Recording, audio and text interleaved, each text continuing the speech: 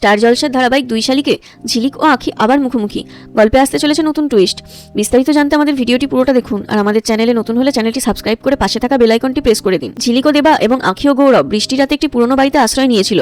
তবে ভাগ্যের কি নির্মম পরিহাস, দুই বোন যারা নিজেদের মধ্যেও টানাপোড়েনের মধ্যে রয়েছে তারা একই ছাদের নিচে এসে পড়ে। বাড়ির রহস্যময় আবহ এবং বৃষ্টির রাত তাদের জীবনের রোম্যান্স আরও বাড়িয়ে তোলে। আজকের পর্বে বাড়ির নির্জন পরিবেশে ঝিলিক এবং দেবা এবং আঁখি এবং গৌরব নিজেদের অনুভূতি প্রকাশ করার সুযোগ পায়।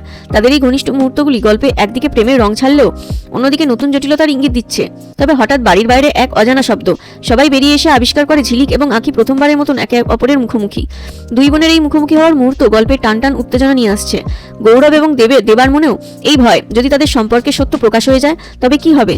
দুই বোন তাদের অতীতের দূরত্ব ভুলে একে অপরকে মেনে নেবে, নাকি সম্পর্কের এই টানাপোড়েন তাদের আরো দূরে ঠেলে দেবে।